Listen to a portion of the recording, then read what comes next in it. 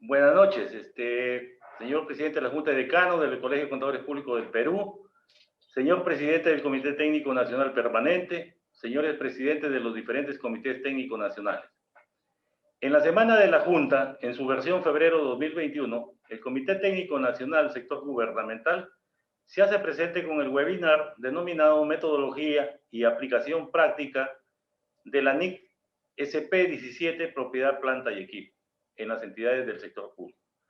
Al respecto, cabe indicar que las NICs SP son estándares internacionales que obligan a las entidades del sector público a la armonización de los principios y prácticas contables para transparentar la información.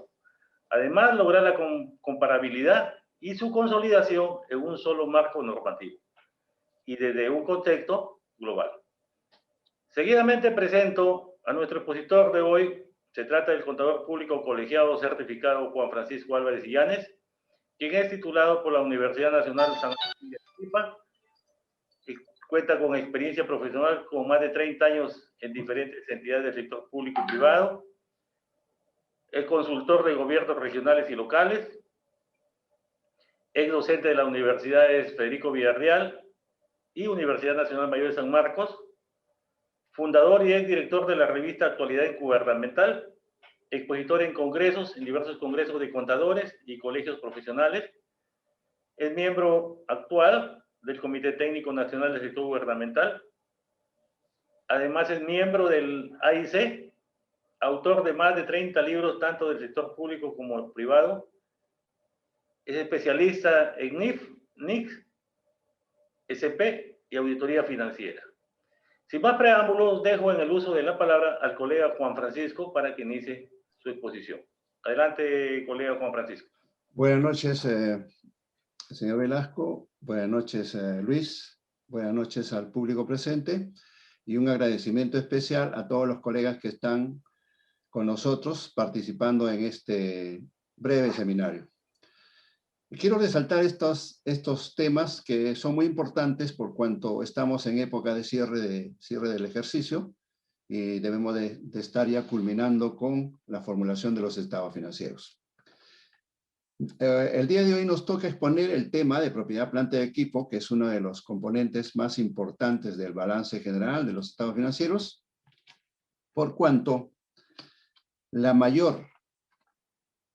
generalidad de las auditorías se basan en la materialidad de la no concordancia o no conciliación del inventario patrimonial con lo que tenemos registrado en cuentas de balance.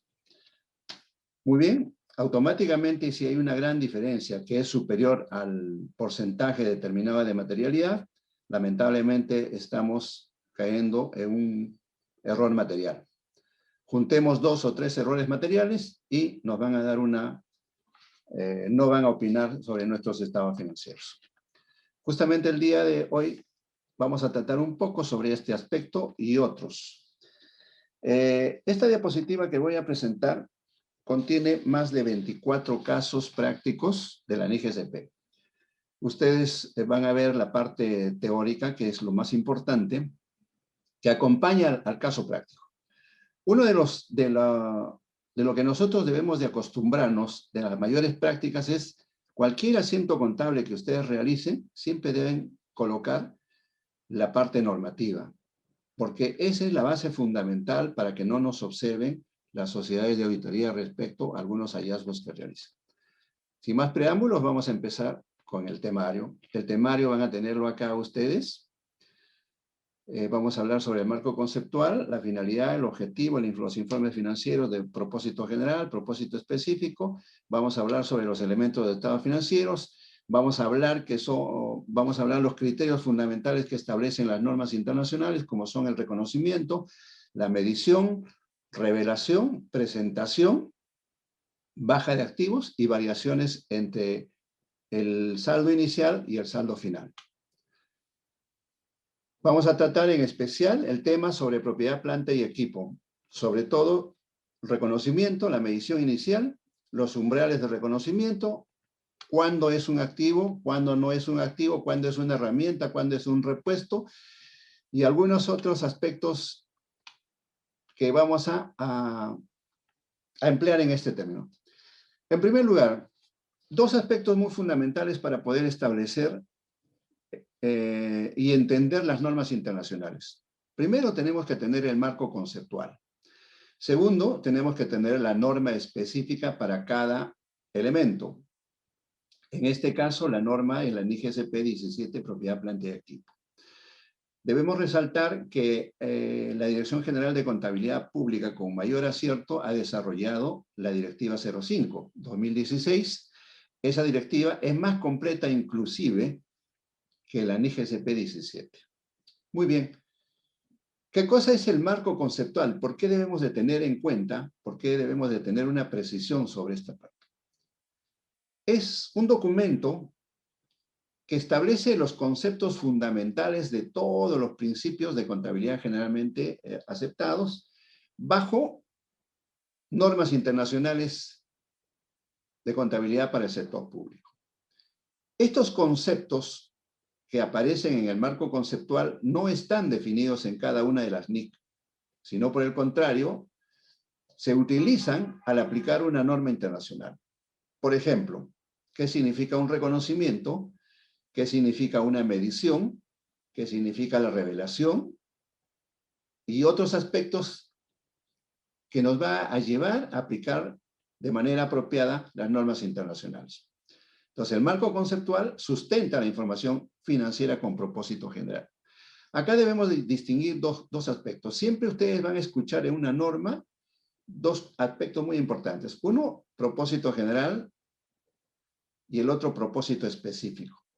Ello quiere decir que nosotros como contadores debemos de preparar los estados financieros de una manera sencilla, entendible, para cualquier tipo de persona o ciudadano que requiere la información.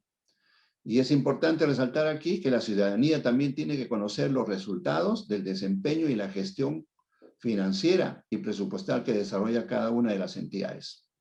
En cambio, el propósito específico solamente se requiere para los organismos superiores que son rectores de los sistemas administrativos, como es la Dirección General de Contabilidad Pública, la Contraloría General de la República y hasta el Congreso, que a veces solicita información. Muy bien, acá tenemos el objetivo del marco conceptual, buscar guiar para trabajar los aspectos fundamentales, los conceptos y los criterios generales. Por ejemplo, ¿qué es lo que define el marco conceptual? ¿Qué es un recurso? ¿Qué significa el control?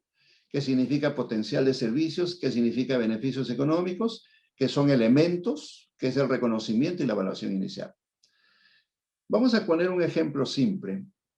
Cuando las entidades públicas poseen, vamos a suponer, un cargador frontal, este cargador frontal puede desempeñar bajo dos aspectos. Uno, puede generar potencial de servicios. Eso significa que se utiliza en las actividades operativas de la entidad. Pueden ser vinculadas a la construcción, por ejemplo, o al mantenimiento de infraestructura.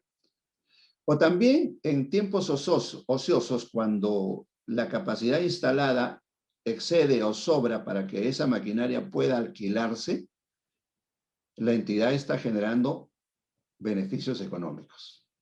Entonces, cumple dos funciones. Uno, potencial de servicios, y dos, beneficios económicos. Luego, ya hemos explicado esto de los informes de propósito general y propósito específico. Vamos con el contenido del marco conceptual. El marco conceptual tiene 8 capítulos. De los 8, los más importantes son el capítulo 5, 6, 7 y 8. El 5, que habla de los elementos de los estados financieros. Los elementos son grandes grupos de información que consolidan los estados financieros y nosotros lo conocemos con las clases, ¿no? Por ejemplo, tenemos el elemento activo, el elemento pasivo, el elemento patrimonio, ingresos y gastos. Lógicamente que dentro de cada elemento encuentran las partidas que nosotros podemos reclasificarlas.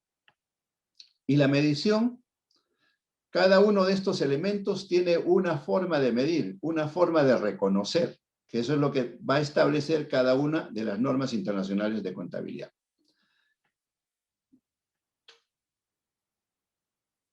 Esta es la definición de elementos. Aquí tenemos la clasificación de los elementos activo, pasivo, patrimonio. En este caso estamos poniendo en la situación financiera, que acá tienen todas las cuentas que integran el activo, las cuentas que integran el pasivo, las cuentas que integran el patrimonio. Cada uno de estos elementos tiene una definición que es importante conocer, porque al momento de nosotros reconocer una operación o una transacción, vamos a saber qué significa el activo. Por ejemplo, dice: el activo es un recurso controlado por la entidad como resultado de sucesos pasados del que la entidad espera obtener en el futuro dos cosas: beneficios económicos o potencial de servicio, que le hemos explicado. ¿Quién lo dice esto? El párrafo 5.6 del marco conceptual. Entonces es importante, señores, conocer el marco conceptual, porque nos da toda la base conceptual del que vamos a desarrollar la contabilidad en el futuro. ¿Qué es un reconocimiento? En dos palabras: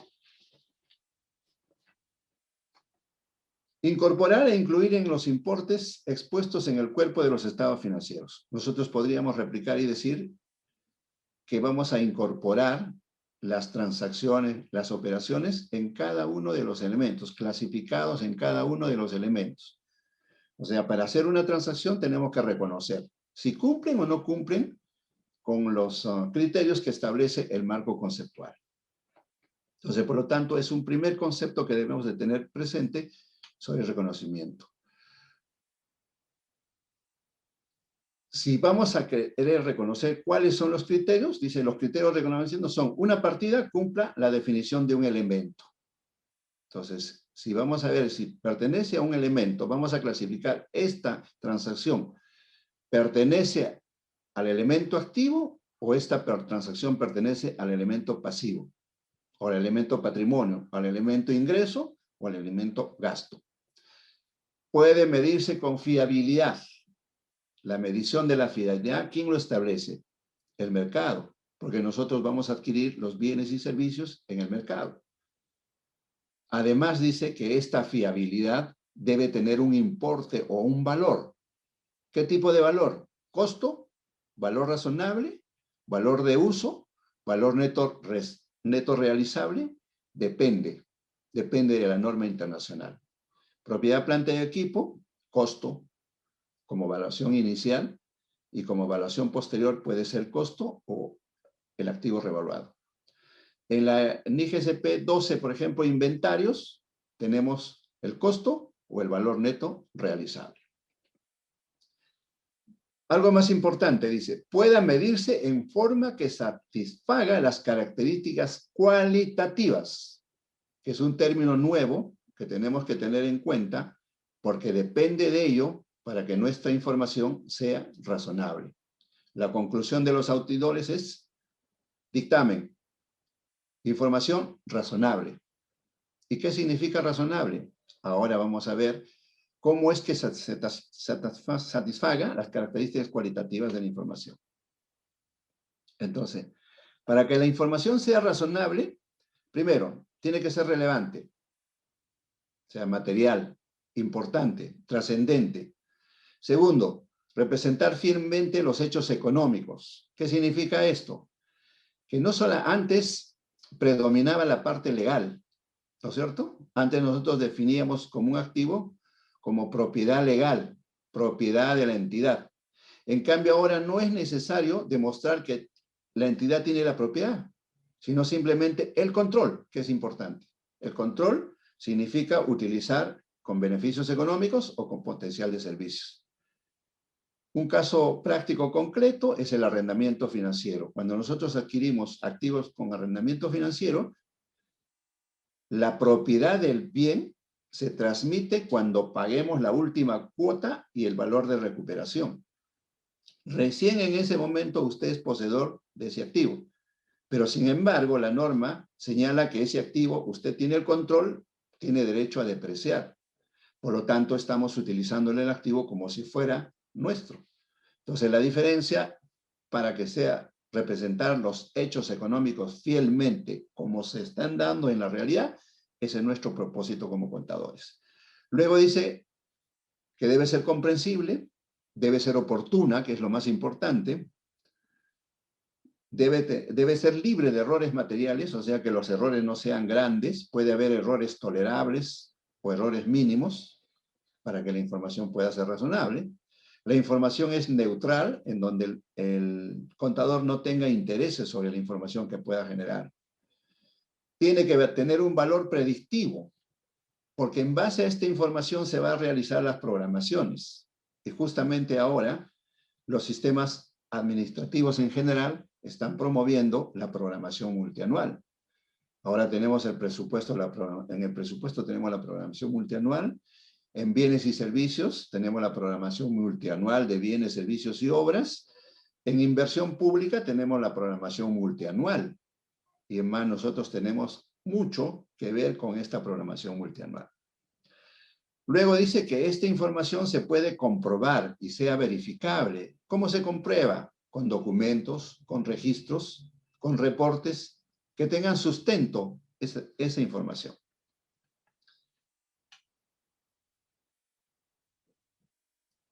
Vamos a definir aquí qué es un recurso. Dice que el recurso en general, el activo en general, son recursos controlados por una entidad como consecuencia de hechos pasados de los cuales se espera obtener en el futuro beneficios económicos y potencial de servicios. Ojo, estamos repitiendo lo que habíamos definido inicialmente. Primero tenemos hechos pasados o sucesos que siempre ocurren, porque esa es la base de la contabilidad. Luego tenemos los beneficios económicos, la generación de beneficios económicos y el potencial de servicios. La medición. Proceso de determinación de importes monetarios por el que se reconocen y llevan contablemente los elementos de los estados financieros. Entonces, para medir, necesito un valor. Necesito una fuente para que me diga cuánto cuesta o a qué valor se está midiendo esa transacción. Esa transacción puede ser al valor del costo, puede ser a valor razonable, puede ser a costo amortizado, puede ser a valor de uso, puede ser a valor de reposición, y en el pasivo también aparece una obligación presente, ¿ok? Obligación de cumplimiento, ¿no es cierto? Entonces, esta medición nos va a dar cada una de las normas internacionales. Por ejemplo, en el caso de la NIGSP 17, propiedad, planta y equipo, establece que solamente dos formas se puede medir. Uno, costo, y la medición posterior puede ser a costo o valor razonable. Posteriormente aparecerían otros aspectos que debemos de tener en consideración, como son el deterioro de valor, por ejemplo. ¿No es cierto? Antes no podíamos contabilizar la caída de un puente, porque nosotros teníamos la costumbre de depreciar, pero la depreciación es anual, es pequeña. En cambio, si se cae un puente, se desaparece, ¿no es cierto? Entonces, ahora sí podemos aplicar el deterioro de valor. Finalidad de la medición: fijar el importe valorativo, el costo de los servicios prestados en términos históricos o actuales, la creación de la capacidad operativa de la entidad y la creación de la capacidad financiera de la entidad. En otras palabras, la norma, el marco conceptual, define dos tipos de medición. Uno, que es el costo, y otro, el valor actual. El costo nosotros lo conocemos como costo histórico, que se ha venido aplicando hace muchos años y que ahora ha cambiado completamente con la institución de las normas internacionales de contabilidad. El valor actual se clasifica en valor de mercado, ¿no? O el valor razonable, que lo llaman en el sector privado. El valor de mercado secundario es importante también, porque allí nosotros vamos a ir para determinar un valor de reposición. Digamos, hemos perdido una computadora y ¿cuál es el valor que debe reponer digamos, el responsable de la computadora? Entonces vamos a tener que ir a un mercado secundario, porque allí venden activos que ya están usados. No podemos comprar uno nuevo, ¿no? Porque no, sería injusto que le hagamos pagar una computadora con un valor nuevo cuando esa computadora ya tiene una depreciación acumulada. El costo de reposición o reemplazo, cuando digamos, se cae un edificio y no es responsabilidad de la entidad, sino es responsabilidad del constructor, vamos a tener que exigir a un costo de reposición o reemplazo del edificio que se cayó en las mismas condiciones y términos con el que estuvo funcionando. El valor neto realizable, que ustedes lo conocen, es cuando se aplica cuando hacemos un inventario al final del ejercicio y encontramos existencias que ya están deterioradas, ¿no es cierto? Entonces, por lo tanto, esa existencia deteriorada ya no es el mismo valor con el que ingresó, porque cuando ingresó tenía un costo, digamos 100, y cuando fuimos al almacén encontramos que ya no servía o se ha deteriorado, vamos a establecer un valor neto realizable, que esté en función a un mercado secundario, o tenemos que hacer un análisis para poder determinar ese valor neto de realizar. En otras palabras, ¿cuánto me pagas por esto que ya está malogrado? Y el valor de uso que se utiliza justamente en el deterioro de valor, porque hay que estimar los ingresos del activo que está deteriorado para comparar con el valor actual. Y acá tenemos un cuadro muy interesante que es el valor razonable para las diferentes normas internacionales, el costo para otras normas internacionales, el costo amortizado y el valor presente, ¿no? En el caso del costo, por ejemplo, se maneja para la NIGSP 12, para la NIGSP 17, para la NIGSP 27 Agricultura, solo en el caso cuando no estén disponibles los precios o valores determinados por el mercado. Y en el caso de intangibles también. Entonces, esto más adelante vamos a poder desarrollar en futuras exposiciones. Hemos hablado ya del valor actual. Luego tenemos acá la medición posterior. Ya. Vamos a avanzar 8 y 22. Mejor nos vamos a la parte práctica. Propiedad, planta y equipo es una definición. Vamos a encontrar lo mismo que dice, pero desde el punto de vista de la NIGSP 17. Reconocimiento, políticas, requerimiento para reconocimiento, propiedad, umbrales, ya que ustedes conocen, que aquellos activos, una condición para reconocimiento de propiedad, planta y equipo que tiene que ser superior a un cuarto de la UIT. Y para este año es 4.400, 1.100. Umbrales para reconocer que no constituye como un activo fijo, menor a un cuarto de la UIT, y tienen que tener otras características y llevar al gasto. Muy bien, aquí entramos con los casos prácticos. Tenemos el costo inicial del activo de propiedad, planta y equipo.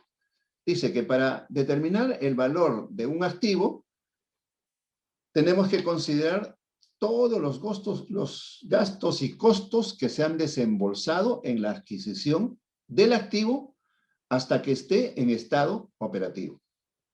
Cuando el activo está en estado de operativo, cesa el reconocimiento y el incremento de los costos o gastos hacia el activo, ¿no es cierto? Entonces, supongamos que un activo está en funcionamiento y queremos adicionar algo más, ya son costos posteriores.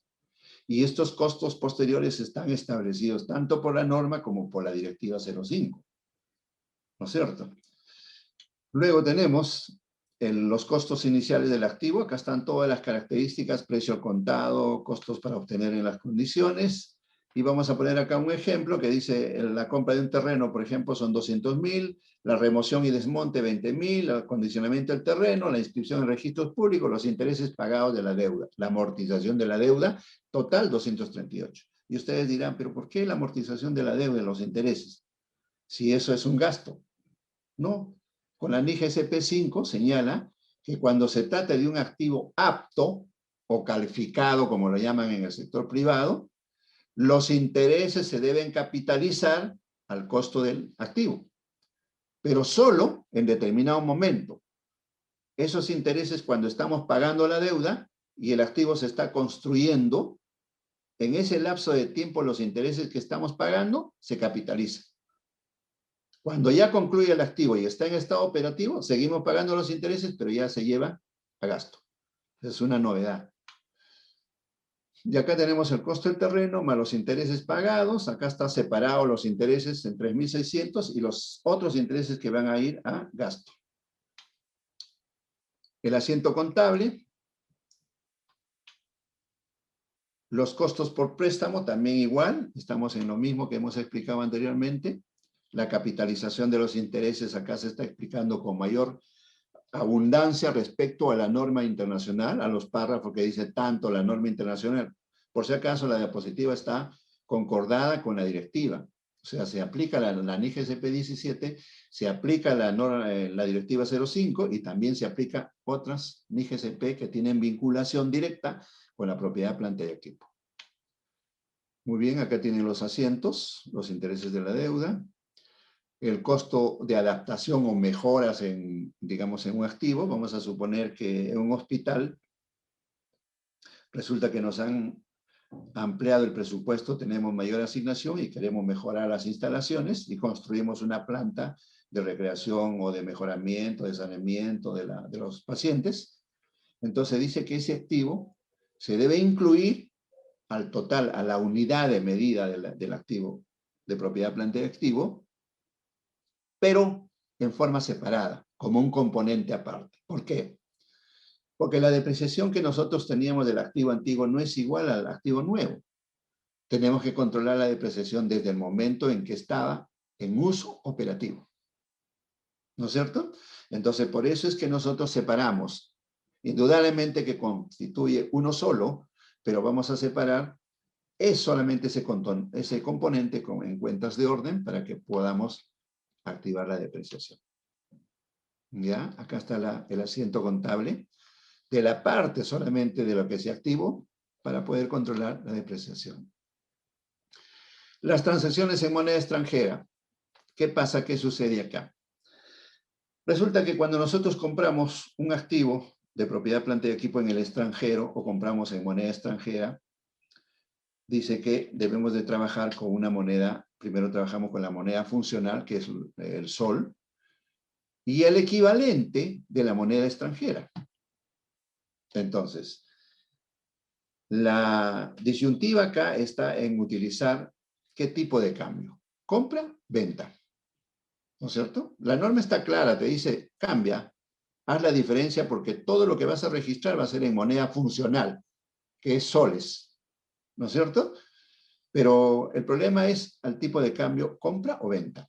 Entonces, cuando nosotros hacemos por una simple adquisición, si yo quiero dólares, voy a comprar al mercado, me venden al tipo de cambio, compra o venta. Indudablemente por el más caro, ¿no es cierto? Venta. En cambio, si yo tengo dólares en la entidad y luego salgo a cambiar al mercado para pagar deudas, me van a pagar al tipo de cambio, compra.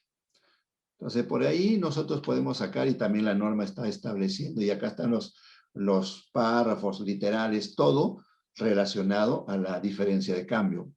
Ojo, señores, una recomendación. Cualquier transacción, operación que ustedes realicen, pongan el párrafo, pongan la norma regulatoria. Así no van a tener problemas cuando haya auditorías. Acá hay un caso práctico de cambio de moneda extranjera y hay una diferencia de 2.000 soles por la diferencia en cambio. Entonces, en este caso ha habido un cambio a nuestro favor y eso ingresamos a Caja Banco y anotamos con rentas de la propiedad. Aquí debo hacer una excepción y un comentario pequeñito. La norma para la diferencia de cambio, moneda extranjera, señala que cuando tú haces negocios en el extranjero, operaciones, por ejemplo, de las embajadas y todas las representaciones que nosotros tenemos fuera del país, las diferencias de cambio deben repelarse no como resultado, sino como una operación que no reconoce el resultado, sino como en el otro resultado integral, ¿ya? En resultados no realizados. ¿Por qué? ¿A qué se debe esta situación? Dice que momentáneamente vas a llevar a patrimonio, o sea, la cuenta resultados no realizados. Cuando en realidad cambies la moneda extranjera cuando sea real, recién vas a poder llevar a resultados. Mientras tanto, va a estar en una cuenta suspendida. ¿Ok? Es lo mismo que pasa cuando nosotros tenemos moneda extranjera en bancos, digamos, y al 31 de diciembre vamos a reflejar al tipo de cambio en moneda funcional, ¿no es cierto? Tenemos una ganancia o una pérdida. Si nosotros contabilizamos, la ganancia o la pérdida ya va a estar reflejado en el estado de resultados. Y vamos a suponer con exageración que sea una cantidad bastante considerable, entonces el resultado va a ser positivo, o sea, va a haber superávit o va a ser déficit. Al 1 de enero, 2 de enero, 3 de enero vamos a tener que iniciar el balance de apertura y vamos a tener que igual aplicar la diferencia de cambio. Y resulta que la moneda bajó o la moneda subió más. Entonces vamos a seguir inflando estas cantidades por algo que no es real, sino simplemente es un artilugio contable, porque la norma lo dice. Pero para eso hay un remedio y dice, lleva a cuenta de patrimonio a resultados no realizables. Y así no vas a afectar el resultado del ejercicio. ¿Ok? Esto está en discusión, señores, y que más adelante van a tener que aclarar porque las normas permanentemente están modificándose por las actualizaciones que existen. Tenemos otro escenario y tenemos acá el ejemplo práctico. Luego, activos de propiedad, planta y equipo adquiridos a un valor nulo o a través de una transacción sin contraprestación. ¿Qué quiere decir? Que nosotros no hemos pagado, nos han donado, nos han transferido a título gratuito, no oneroso. ¿Ok? Entonces, ¿qué dice la norma? Simplemente dice que cuando no tengas un valor para poder registrar y contabilizar, aplica el valor razonable o el valor de mercado. Y para esto hay una serie de normas para que nosotros podamos allanar este problema y determinar el valor razonable. ¿Por qué? Porque muchas de las donaciones vienen con una documentación que simplemente te dice, estoy donando 200, 300, 400 computadoras, ¿no es cierto? Pero no ponen el precio de la computadora, sino simplemente te dicen, estas son las características de la computadora. Por lo tanto, nosotros tenemos que darnos el trabajo de ir al mercado, averiguar, hacer indagaciones de mercado. Y esto tiene que ver mucho con el órgano encargado de las contrataciones del Estado, porque ellos sí tienen experiencia para poder hacer los análisis o los estudios de las indagaciones de mercado.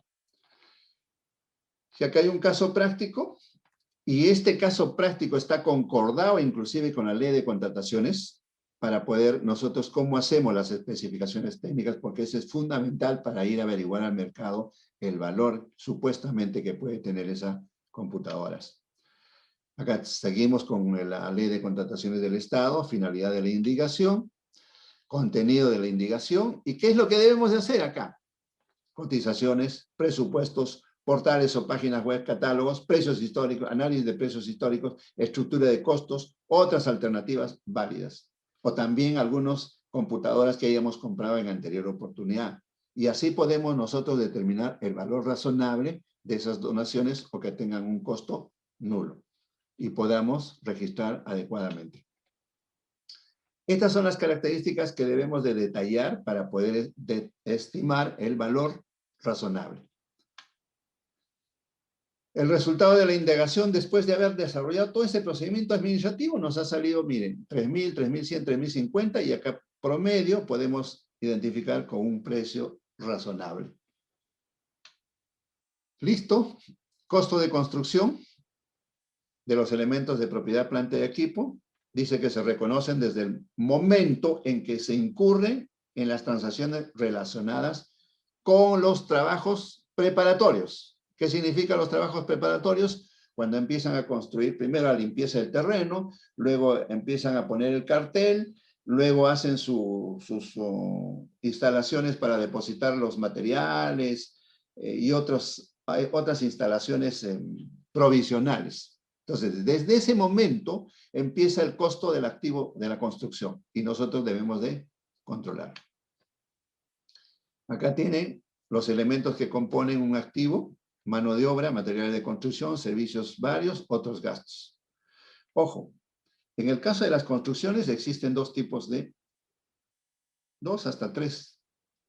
Uno, la administración directa, otro, por contrata, y el otro, la coordinación entre la empresa pública y privada, ¿no? Muy bien, cada uno de ellos tiene su propio desarrollo, su propio procedimiento. En el caso de administración directa tenemos que controlar la mano de obra, los materiales, los servicios directos, la depreciación, que serían los costos indirectos, los gastos de ingeniero, los gastos de supervisión y todos ellos. Y este es el registro contable. Acá tienen un costo de una estructura de costos, de paso que podría servir, por ejemplo, para un modelo de liquidación de obras. Tenemos el estudio de preinversión. Este estudio de preinversión empieza a incidir en el costo de la construcción, porque acá tenemos que sacar un estudio para obtener la viabilidad del proyecto. El expediente técnico ya es un documento técnico para iniciar la construcción del activo, la compra del terreno o el saneamiento del terreno que es necesario. Ojo que todos tenemos que verificar que antes de construir tiene que estar saneado ese terreno, porque después vamos a tener problemas. El costo de la construcción de las obras, los gastos de supervisión, gastos de recepción y liquidación, los costos de desmantelamiento. Ojo, acá vamos a analizar esto posteriormente a través de un ejemplo, porque acá ya se emplea el valor presente, la tasa efectiva, y hay unas situaciones que se complica un poco el cálculo.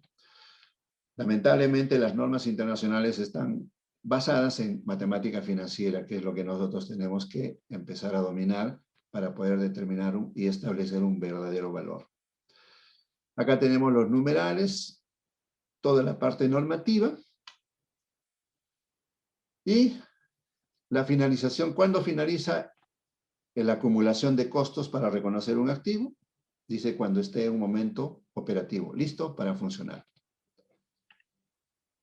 Vamos a ver una parte especial donde dice reconocimiento de activos que se registran en cuentas de orden. Aquí, ¿por qué puse este ejemplo? Simplemente, señores, he visto informes de auditoría en el que por el solo hecho de no haber contabilizado y registrado en cuentas de orden estos activos menores a un cuarto de la UIT y no haber llevado el control, les han determinado error material.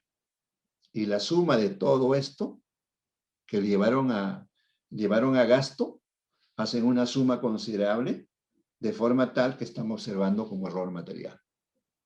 ¿Listo? Entonces, recomendación, debemos de tener un registro y control de todos los activos que estamos comprando menores a un cuarto de la UIT y controlar en cuentas de orden, ¿no? Y tener un inventario también de esto. Acá está el caso práctico, a qué tipo de cuentas se llevan una cuenta de gasto y la cuenta de orden. Adquisición de menores, reconocimiento de piezas y repuestos. Ese es otro gran problema. ¿Cuándo es un repuesto mayor? ¿Cuándo es un repuesto menor? ¿Cuándo tiene vida útil y cuándo no tiene vida útil? En el caso de motores, por ejemplo, que sea esto, ¿no es cierto? Entonces, dice el párrafo 17, señala que las partidas tales como las piezas de repuesto, equipo de reserva y equipo auxiliar se reconocerán de acuerdo con esta norma cuando cumplan la definición de propiedad, planta y equipo. O sea, nos está mandando, nos está llevando a la definición del marco conceptual y de la NIG SP 17. O sea, todos los elementos que hemos mencionado anteriormente para reconocer un activo, ¿no? Que sea mayor a un cuarto, que tenga una vida útil, que sea usado más de un año, que sea medible fiablemente, que tenga la definición de elemento, que tenga el control sobre el activo, que pueda usarse en forma independiente, ¿no es cierto? Y que pueda ser farme o formar parte de un activo. Pero por lo general, las piezas de repuesto, mantenimiento, se llevan a gasto. Pero existe algunos repuestos, como en el caso, por ejemplo, que cuando nosotros adquirimos un generador eléctrico, ¿no es cierto? Y este generador eléctrico a veces se compra por uno o dos generadores para que reemplacen en los momentos críticos. Y lo tenemos en almacén o están en estado operativo. Entonces, en ese caso vamos a tener que reconocer como un activo. Acá están todas las características y condiciones para que nosotros podamos distinguir lo que es un repuesto y lo que es un activo. Esto, señores, la Junta de Decanos va a compartir con ustedes para que lean posteriormente con mayor detenimiento.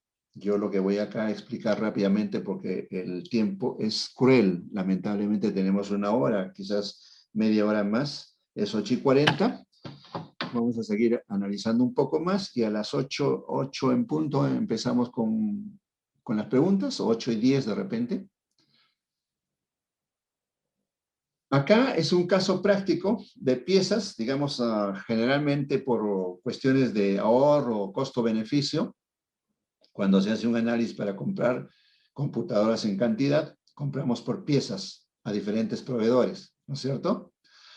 Entonces resulta que dice, ¿cómo debo reconocer si el activo se reconoce o no las piezas? Yo compro una CPU, compro un teclado aparte, compro todos los componentes y las partes en forma diferente.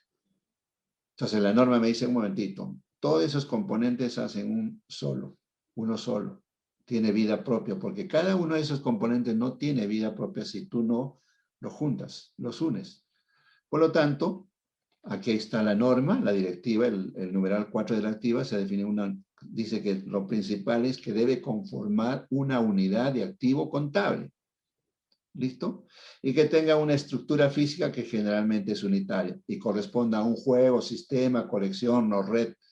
Sus componentes de forma individual ofrecerán una unidad de activo, o sea, funcionar. En forma individual no pueden tener vida propia, pero sí en forma conjunta van a dar a una unidad de activo. Este es el ejemplo de todas las piezas que se ha juntado y luego nosotros hemos podido registrar de esa forma.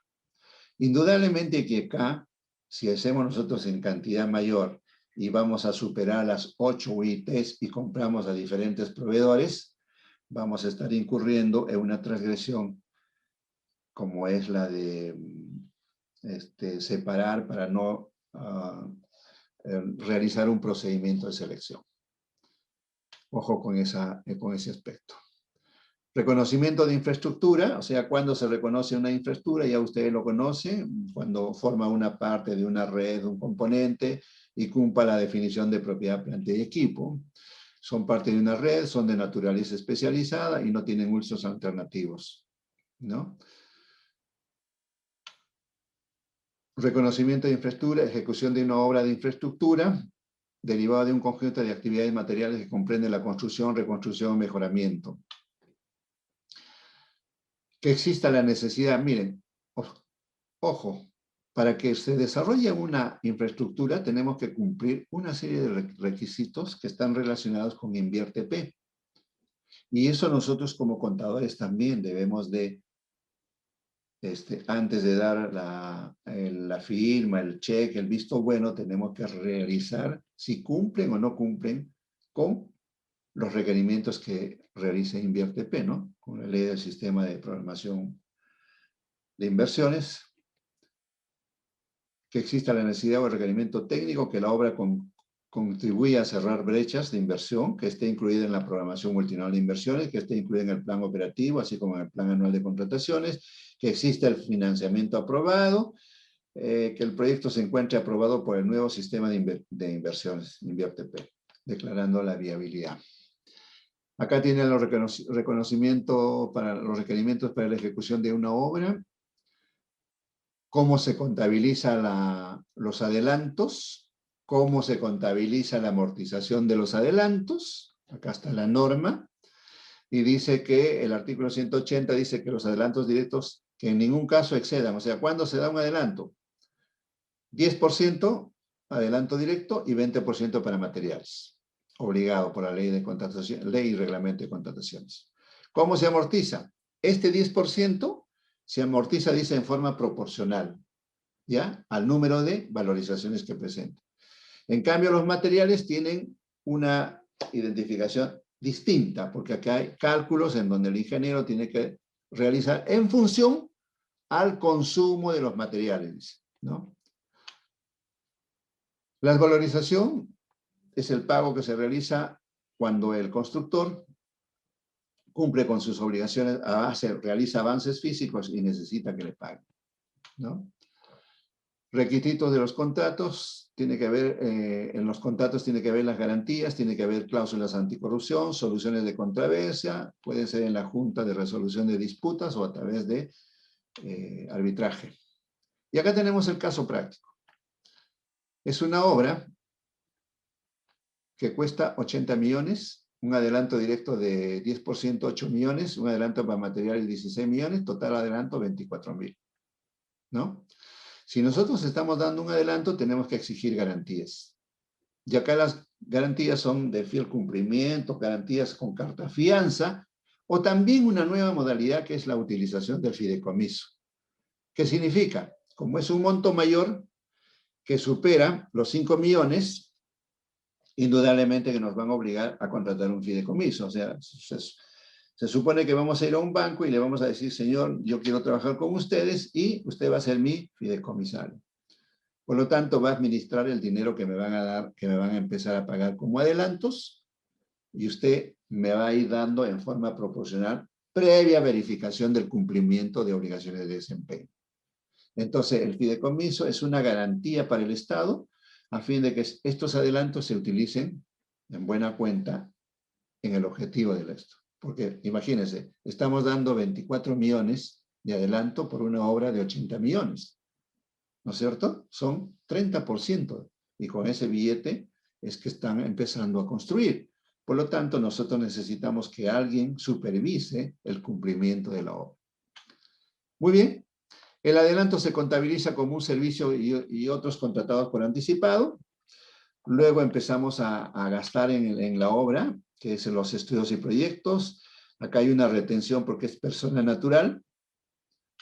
Luego tenemos el costo de la infraestructura. Miren cómo calculamos el importe, los adelantos, las valorizaciones, la amortización del adelanto, que es en forma proporcional, dice, en 4. Mira, acá en este caso hay 4 valorizaciones, ¿no?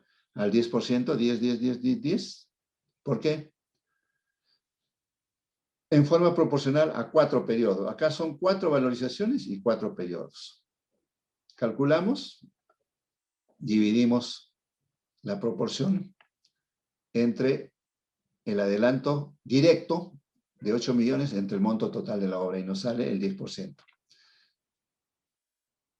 Y en forma proporcional se hace la amortización, que es el descuento. O sea, el contratista presenta la valorización y se le descuenta esto que va a amortizar. Al final, este billete va a restituir el adelanto y va a servir de garantía para cuando se recepcione y se liquide la obra, porque nosotros tenemos que estar conformes con el cumplimiento del expediente técnico de obra, ¿no es cierto? Y así se le puede pagar conforme a los requisitos establecidos en el contrato y en el expediente técnico de obra. Luego tenemos el adelanto, cómo se calcula el adelanto de materiales. Hemos dicho de acuerdo al consumo, son cuestiones matemáticas que identifican los ingenieros, el total de la amortización y el saldo a pagar.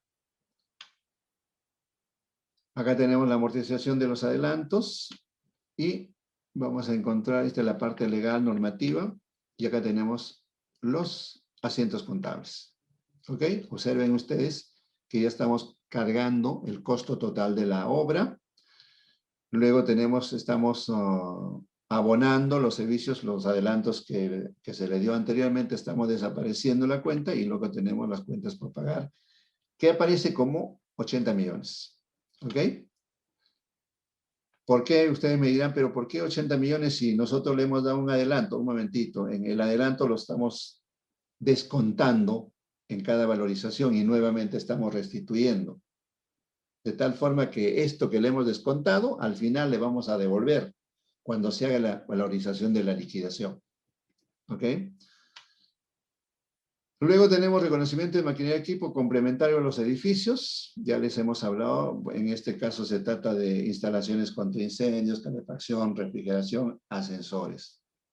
Muchos se preguntan, ¿esto se contabiliza como maquinaria y equipo o forma parte de la infraestructura? La Dirección General de Contabilidad ha respondido que forma parte de la infraestructura. La norma, el párrafo 22 de la NIGSP 17 dice debe formar parte de la infraestructura, ¿no es cierto? Pero con una condición. debes controlar en forma separada. Porque la depreciación de un ascensor, de una calefacción, no es igual que la depreciación de la infraestructura. ¿Listo? La infraestructura tiene una depreciación en 50 años o en 80 años, dependiendo del tasador o la persona que nos va a indicar cuál es la vida útil de ese inmueble. Reconocimiento de maquinaria y equipo complementario a los edificios. Está el asiento contable. Luego tenemos reconocimiento de medición de bienes dados de alta. Vamos a controlar la hora, por favor. 8:50, nos hemos excedido. Floriano, ¿me escuchas? Sí, puede continuar, colega, pero vayamos puntualmente más al caso práctico, parece. Ya.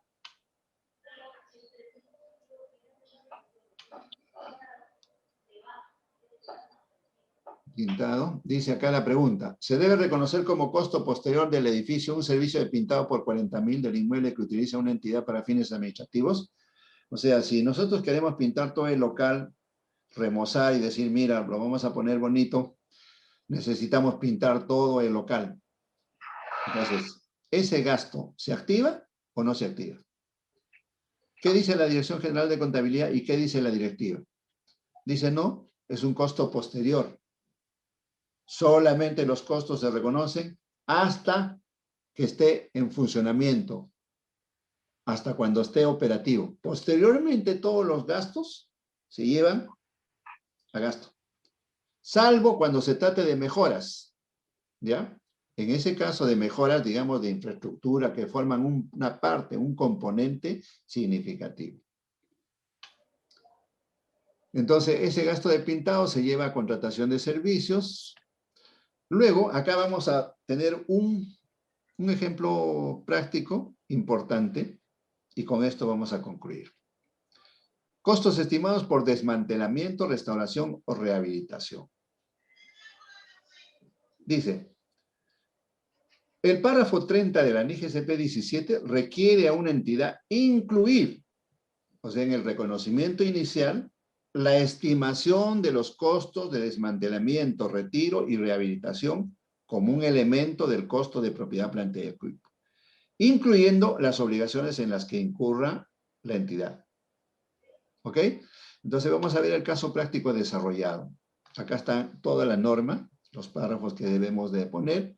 Entonces, ¿qué significa esto de hacer la desinstalación, hacer la rehabilitación, poner en buenas condiciones el terreno?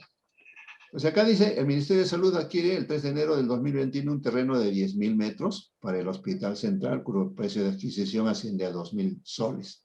Qué bueno sería que los precios de los metros lineales sean menores. Acá se habla de dólares, ¿no? Por metro cuadrado. Bueno, el ejemplo, solo para efecto del ejemplo, dice que cuesta 20 millones, precio de oferta por limitaciones del terreno. Por limitaciones del terreno, o sea, nos están vendiendo en 2.000 soles porque el terreno tiene limitaciones, ¿no? O sea, tiene construcciones deterioradas que para utilizarlas se debe limpiar y desmantelar las construcciones, cuyo importe estimado asciende a 1 millón de soles. ¿Listo? Entonces, acá ya tenemos las condiciones y las características. ¿Qué más dice? En un periodo de 2 años. O sea, esa limpieza, esa desinstalación va a demorar 2 años. Por lo tanto, vamos a tener que reconocer 1 millón de soles en el costo del activo porque es una desinstalación. Pero va a realizarse en 2 años. Esto nos está diciendo que vamos a tener que depreciar este 1 millón de soles en 2 años, porque la norma lo dice. Entonces, ese es el caso práctico, 20 millones, pago de alcabala, mira el costo, va incluido en el costo del activo, la fecha de la adquisición, la tasa de interés que nosotros debemos de tener presente para poder determinar esta depreciación. Luego tenemos que tener la fórmula del valor futuro, valor presente y valor futuro. O sea, el valor futuro, el valor presente, ¿qué significa? Si ahora yo estoy estimando en 1 millón de soles, cuando empiece a aplicar los gastos, ¿cuánto va a costar o cuánto va a equivaler este 1 millón de soles? equivaldrá a 950.000, 900.000, dependiendo de la tasa de interés. ¿Listo?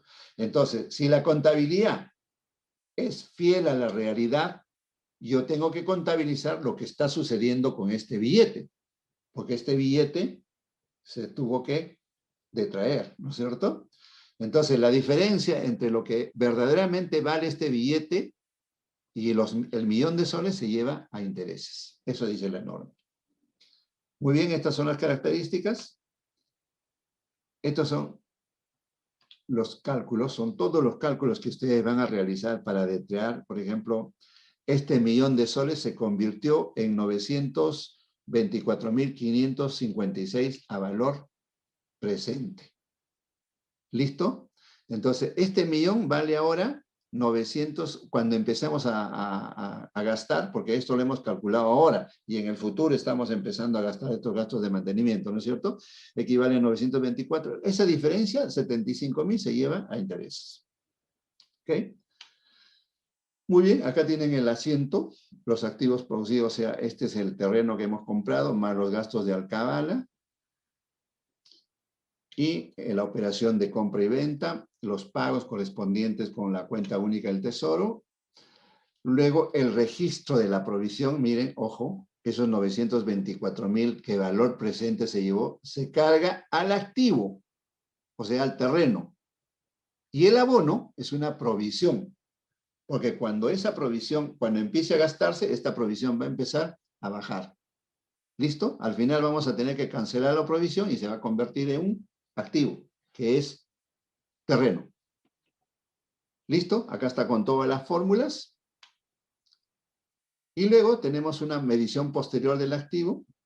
Esta provisión, observen cómo está bajando y la diferencia se está llevando a gasto. Y a caja bancos está saliendo el millón que nosotros hemos estimado. Digamos que este millón ha sido igual o cercano al gasto que hemos realizado en la desinstalación.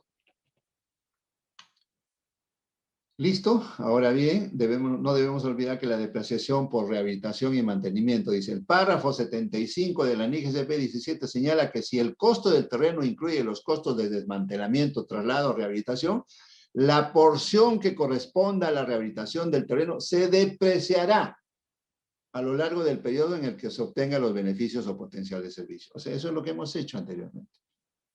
¿Listo? Estamos dando cumplimiento a un párrafo de la norma para poder contabilizar adecuadamente. Y acá tenemos la estimación para desaparecer ese costo de 1 millón, porque también forma parte, forma parte del terreno, pero ustedes me dirán, pero señor, el terreno no se deprecia. Yo no estoy depreciando el terreno, estoy depreciando solamente la parte del costo adicional del terreno. ¿Listo? Y esto es la comprobación. Nosotros siempre debemos tener esa costumbre de comprobar para ver cómo están las cuentas, cómo han quedado y poder consistenciar los asientos que realizamos. Muy bien. Luis, creo que cortamos por el momento y gracias por haberme escuchado. Esto voy a compartir con ustedes y tenemos muchos ejemplos más que no lo hemos desarrollado por lamentablemente el tiempo es tirano y nosotros tenemos que seguir con esta capacitación. Vamos a invitar a todos los colegas también para que puedan intervenir en la Junta, en las reuniones que tenga la Junta, el Comité del Sector Público, porque hoy en día la contabilidad se está convirtiendo en algo muy importante, trascendente, y especialmente cuando empecemos a adaptar o adoptar las NIGSP, ¿no es cierto? De este y otras normas internacionales vamos a comentar más adelante en futuras exposiciones que hagamos, no solamente a raíz del comité, promovidos por el Comité del Sector Público, sino también con el colegio profesional o con lo que fuera. Muy bien, amigos, muchas gracias. Estamos a la espera de las consultas adecuadas. Muchas gracias, colega Juan Francisco, por su brillante exposición. Les agradecería si es que hay alguna pregunta que plantear al expositor. Les agradecería que me la comuniquen. Parece que no tenemos audiencia. Sí hay, sino que esperemos que haya algunas consultas. Pero de todas maneras le puedo plantear algunas preguntas, colega. Sí, encantado. Pero antes de eso, si más adelante tienen preguntas, ahí tienen mi teléfono, ahí tienen el correo para poder escribir y también podamos absorber las consultas que ustedes requieran. Muy bien, colega. Bien. Dentro de la metodología de la NIC 17, propiedad, planta y equipo, ¿qué procedimientos se deben implementar para el saneamiento físico legal de los inmuebles de propiedad estatal? Ya. ¿Hay alguna metodología definida al respecto? Bueno, para poder sanear, y buena la pregunta porque en todo momento nosotros estamos en saneamiento. Es más, antes de implementar las normas internacionales de contabilidad para el sector público, va a tener que haber algo, alguna directiva que promueva la Dirección General para poder establecer primero el saneamiento antes de adoptar las NIC-SP. ¿No es cierto? De lo que nosotros conocemos, la normativa para saneamiento, vamos digamos, a clasificar en dos. Uno, el saneamiento físico y el saneamiento legal. A esto le vamos a adicionar el saneamiento contable. Entonces, el saneamiento físico legal está regulado a través de las directivas que ha emitido la Superintendencia de Bienes Nacionales, ¿no? Hay directivas, por ejemplo, bueno, el Decreto Supremo 130/2001 regula las medidas reglamentarias para que cualquier entidad pueda realizar acciones de saneamiento técnico legal para inmuebles, propiedad.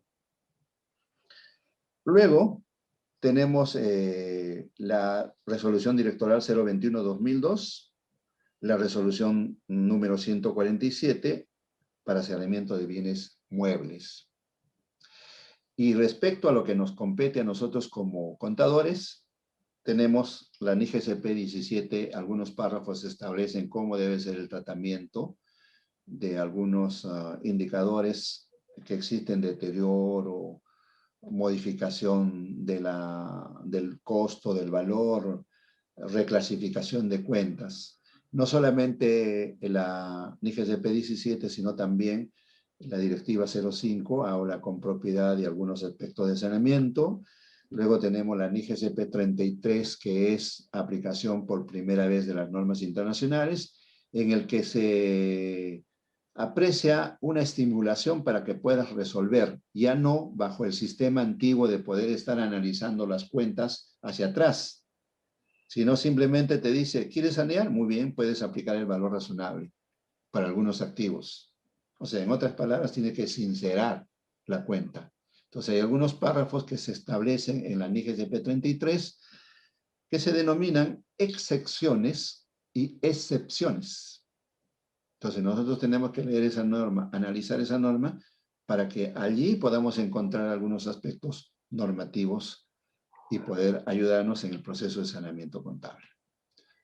Esto, más adelante, de repente podemos conversarlo con casos prácticos, ¿no? Para poder nosotros darle una orientación y una guía a cómo podemos aplicar los contadores del sector público. Muy bien, colega. Hay otra pregunta. Actualmente, en las entidades públicas tienen activos en libros con un valor simbólico de $1 y que se encuentran aún en uso o prestando servicios, ¿no? ¿Cuál sería el tratamiento contable para efectuar la corrección en la contabilidad? ¿Podría modificarse la vida útil o podría ser que hagamos una reevaluación del activo? Ya. Al respecto, en la directiva 05 hay un literal, el H me parece del numeral 12, ¿no? Que señala que aquellas entidades que mantengan activos con valor 1 automáticamente deben darle de baja, siempre y cuando el activo ya no esté operativo. Y 2, cuando ese activo tenga una estimación que puede utilizarse todavía, digamos, con un periodo mínimo de 2 años, entonces vas a tener que revisar la depreciación, porque la depreciación ha sido mal estimada. ¿no es cierto? Entonces, digamos, hay una maquinaria de equipo que hemos estimado 10 años, pero lamentablemente, o bueno, está funcionando el activo en 12, 13, 14, 15, como sucede con las computadoras, ¿no? Las computadoras tienen 4 años, 25%, sin embargo, ya tienen 6, 8 años en donde se está. Todavía tiene vida útil. En ese caso, hay que revisar la depreciación y corregir. Entonces, hay un procedimiento para esto, matemáticamente se hacen las estimaciones correspondientes para determinar el nuevo porcentaje de la vida útil. Entonces, si nosotros hemos estado depreciando, digamos, en el 10%, y eso ha sido en 10 años, y vamos a estimar una vida útil de 15 años, entonces ese 10% ahora se va a convertir, con las operaciones matemáticas, se van a convertir en un 6%, 6.5, 7%, ¿no? Y vamos a corregir. Ya no vamos a depreciar al 10%, sino al 6.7 o a la cantidad que hemos determinado. La diferencia entre ese 10% y el 6.7% se va a detraer, se va a llevar a resultados. O sea, hemos tenido depreciación en exceso. ¿Listo? Entonces, digamos, hemos tenido depreciación de 50 millones y luego con el nuevo porcentaje vamos a estimar que son 20 millones, 30 millones sería depreciación en exceso, que iría a resultados acumulados. De esa forma se reestructura la depreciación y se corrige. Ya. O sea, esto le decía porque, bueno, en el caso de las computadoras, que se deprecian al 25%, hay computadoras, por ejemplo, que no son utilizadas, por ejemplo, para alta tecnología, o sea, para soportar de repente algunos software o algunos aplicativos que son muy pesados. Entonces, muchas veces hay computadoras que lo maneja pues una secretaria, ¿no? Una secretaria y solamente lo tiene para tipear pues oficios, documentos, ¿no? Que no necesita de mayor capacidad. Entonces, esas computadoras muchas veces trascienden más allá de los 4 años. Entonces, está en un uso. Le pregunto, ¿eso sería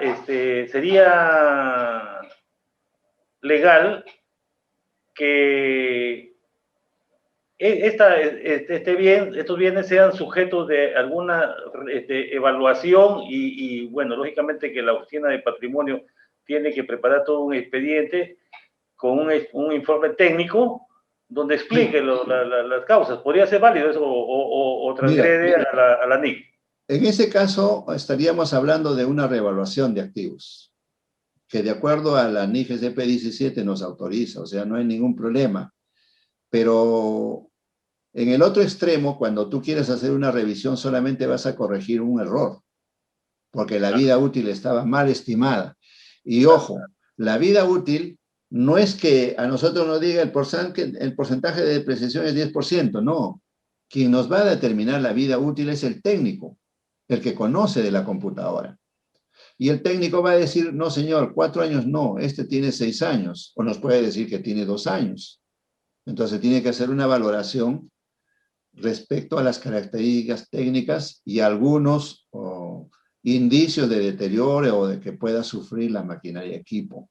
Y a las condiciones en que trabaja, ¿no? En que pueda operar también. Así como tú dices, por ejemplo, dice la secretaria, bueno, tiene más cuidado, hace cosas menores. En cambio, hay otros operadores que trabajan con fórmulas, que trabajan con una serie de exigencias a la computadora, entonces indudablemente que su deterioro va a ser mayor, ¿no? Más rápido, ¿no? Entonces, quien debe estimar la vida útil es el técnico. Y ese técnico es el que nos va a dar una aproximación de lo que puede durar un activo de propiedad, planta y equipo.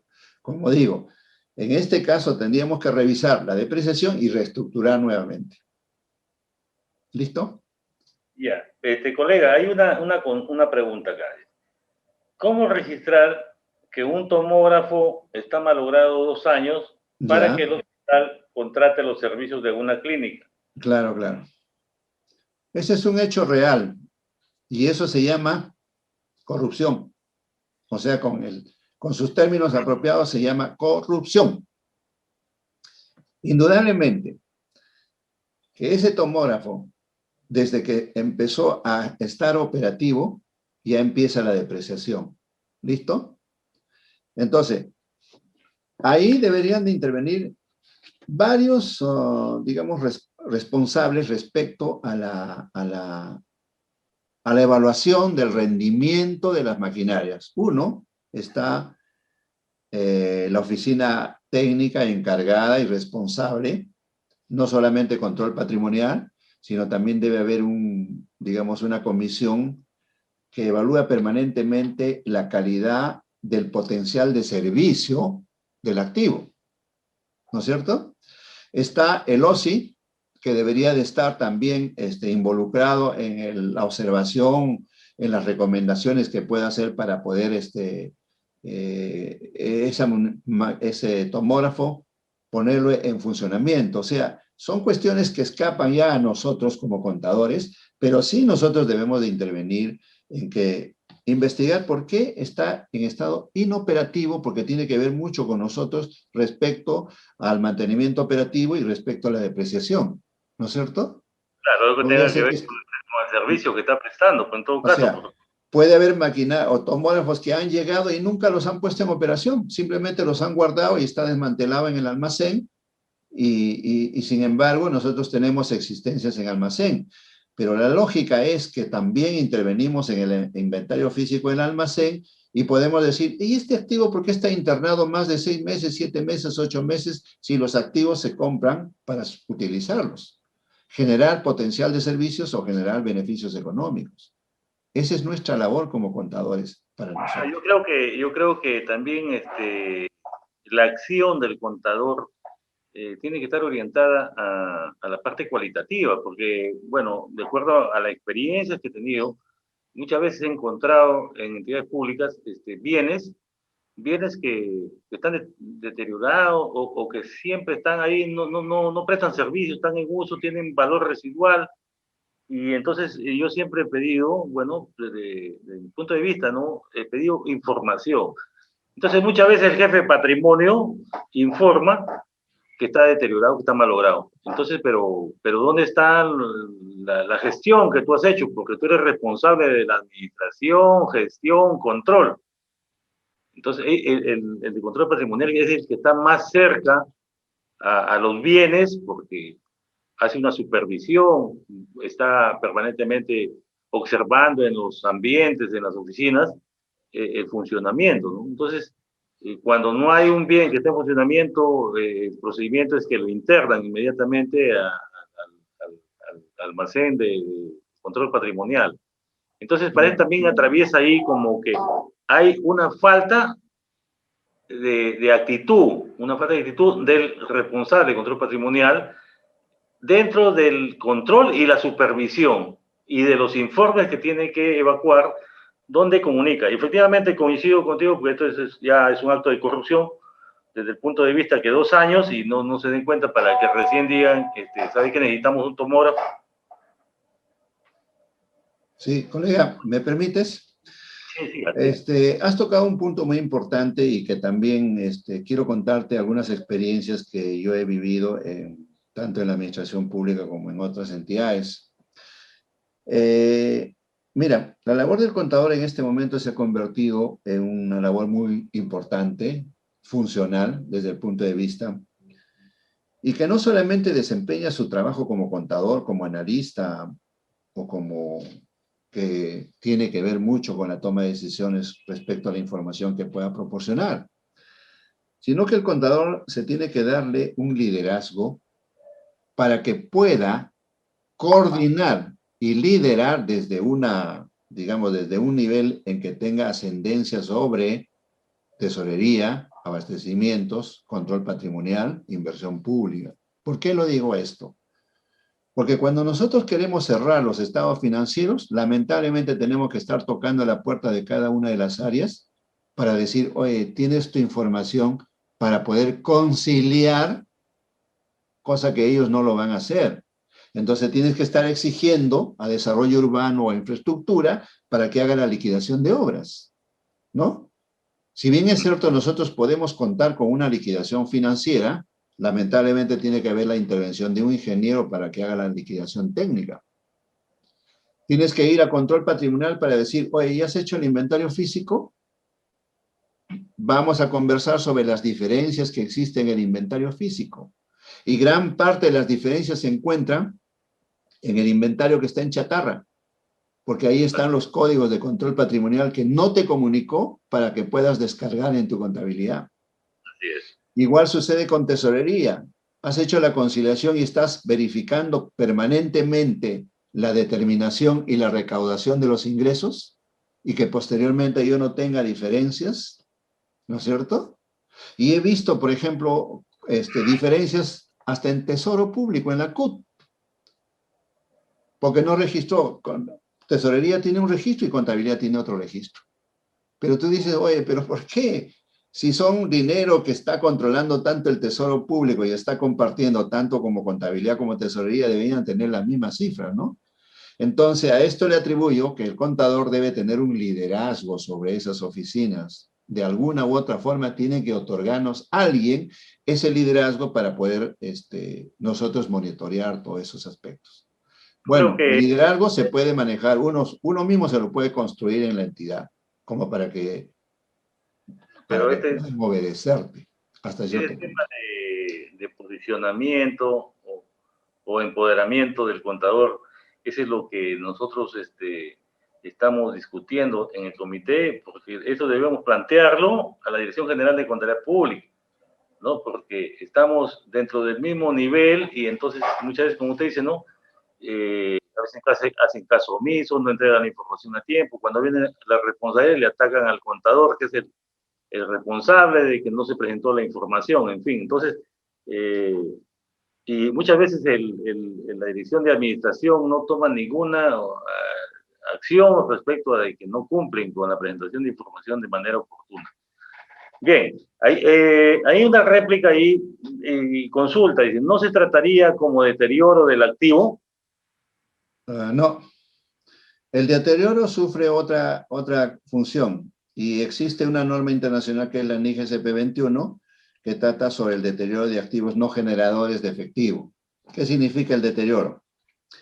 El deterioro significa una comparación con la depreciación. La depreciación es mensual, semestral, anual, pero es periódico, con cantidades basadas en un porcentaje. En cambio, el deterioro es un hecho fortuito que puede suceder o sufrir un activo de propiedad, planta y equipo debido a la disminución sustancial o total del potencial de servicios.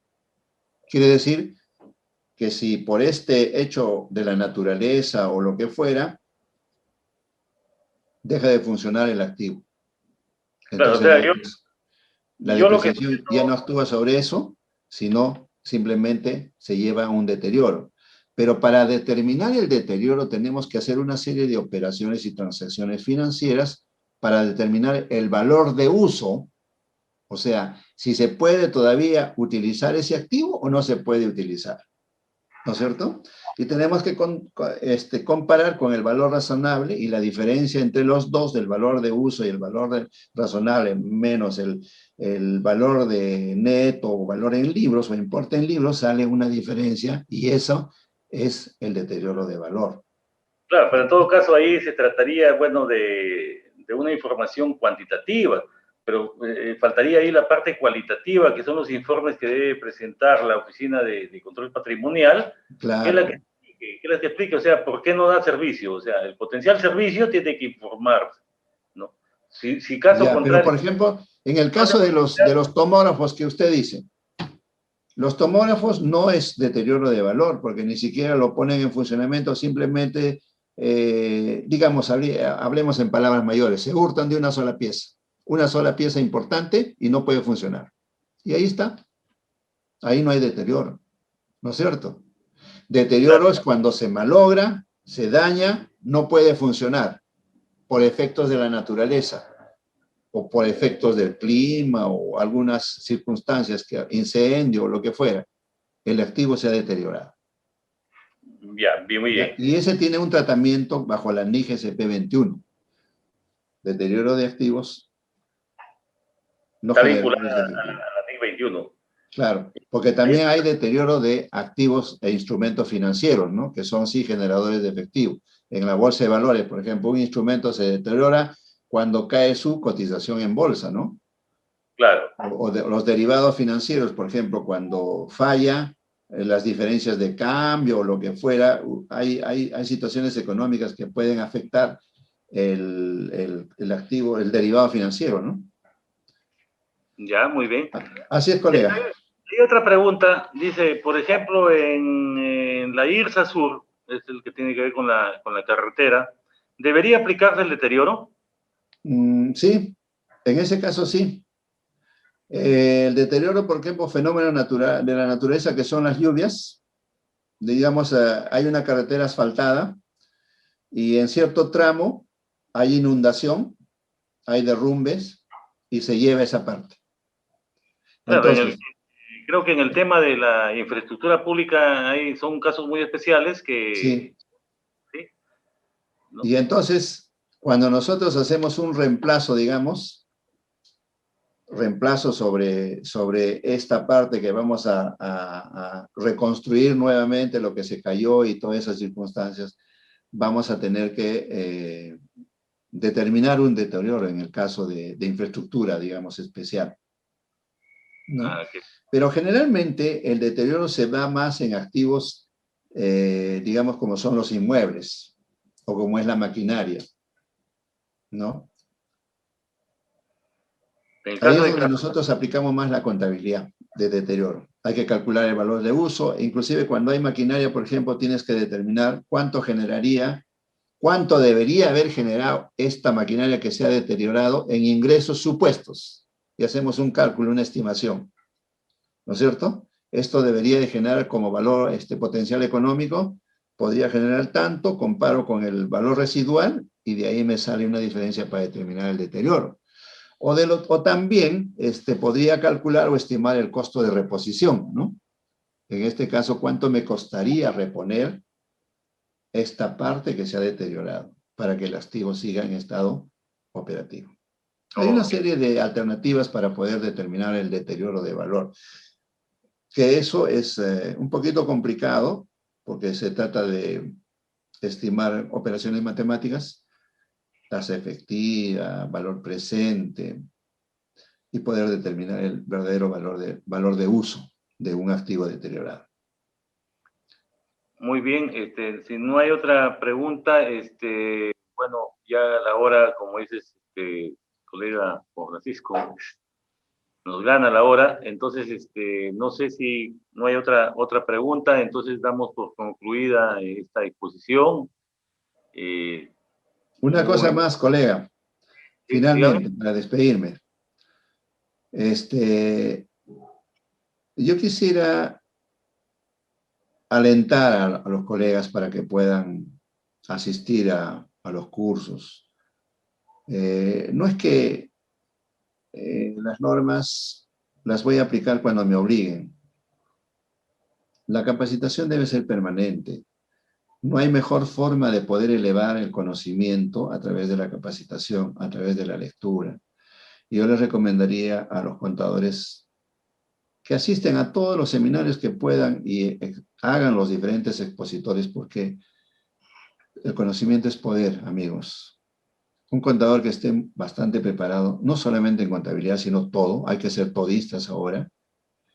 El conocimiento vale y eso le va a servir para el futuro, no solamente para generar beneficios económicos, hablando en términos contables, sino también va a hacer que ustedes tengan un mejor desempeño profesional.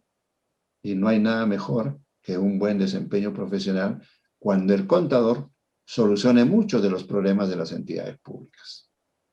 Gracias, Luis, por permitirme hacer esta recomendación.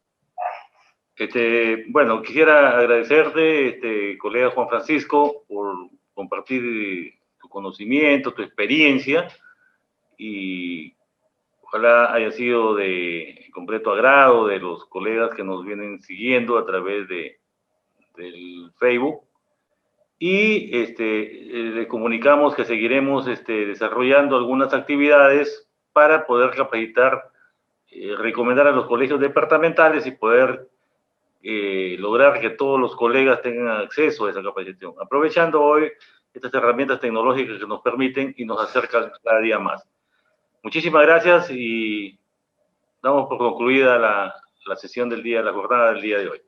Gracias, amigos, y hasta luego por compartir este pequeño espacio. Ok, muchas gracias. Un abrazo. Un abrazo. Cuídense mucho. Cuídense mucho.